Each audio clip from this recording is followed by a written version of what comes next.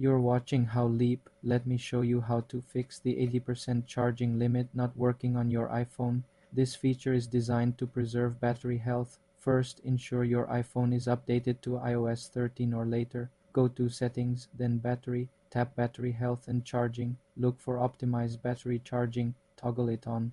The 80% limit is not a hard stop.